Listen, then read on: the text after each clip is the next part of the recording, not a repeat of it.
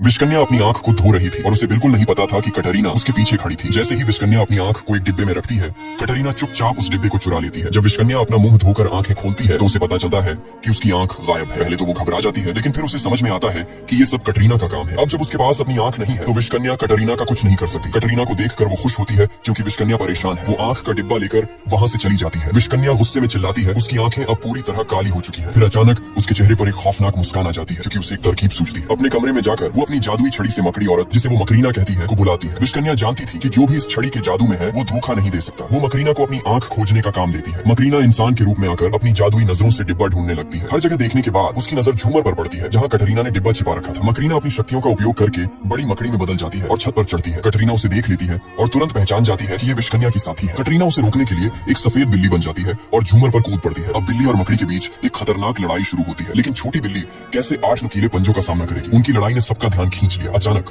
सफेद बिल्ली का पैर झूमर में फंस जाता है और वो हिल नहीं पाती। इस मौके का फायदा उठाकर मकरीना डिब्बा निकालती है और भाग जाती है। अपनी आंख वापस पाकर विशकन्या बहुत खुश होती है। आंख वापस लगाने के बाद वो मकरीना को फिर से अपनी छड़ी में कैद कर लेती है। अब वो कटरीना और आदित्य का खेल खत्म करने के लिए निकल पड़ती है, लेकिन जब वो हमला करने के लिए अपनी जीभ बाहर निकालती है तो वो नहीं निकलती। कई बार कोशिश करने के बाद भी उसे सफलता नहीं मिलती। असल में विशकन्या की जादुई शक्ति उसकी आंखों में है और उनकी अनुपस्थिति में उसकी शक्तियां काम नहीं कर रही थी। ये देखकर कटरीना समझ जाती है कि विशकन्या अब कमजोर हो चुकी है। वो उसे चिढ़ाते हुए बताती है कि वो जल्द ही आदित्य से शादी करने वाली है। विशकन्या हार मानने वाली नहीं थी। उसने ठान लिया कि वो इस शादी को नहीं होने देगी। वो आदित्य की एक्स गर्लफ्रेंड आलिया के पास जाती है और कहती है कि उसके पास कटरीना की सच्चाई उजागर करने का एक तरीका है। वो आलिया से कहती है कि अगर वो उसका साथ दे तो वो शादी रोक सकती है। आलिया मान जाती है। वो कटरीना को हल्दी लगाने के लिए जाती है। कहने को तो वो शादी की बधाई देने गई थी, लेकिन हल्दी देखकर कटरीना का चेहरा बिगड़ जाता है क्योंकि हल्दी लगते ही उसका असली रूप सबके सामने आ सकता था। आलिया के बार बार कहने पर वो मना नहीं कर पाती। जैसे ही आलिया उसके चेहरे पर हल्दी लगाती है, कटरीना का चेहरा अचानक बिल्ली में बदल जाता है। आलिया ये देखकर चौंक जाती है कि विशकन्या सच कह रही थी और ये सच में एक जानवर है। डर के मारे वो वहाँ से भाग जाती है। कटरीना अपनी असलियत खुलने पर गुस्से में आ जाती है। वो किसी भी हाल में आलिया की शादी रोकना नहीं चाहती थी। तुरंत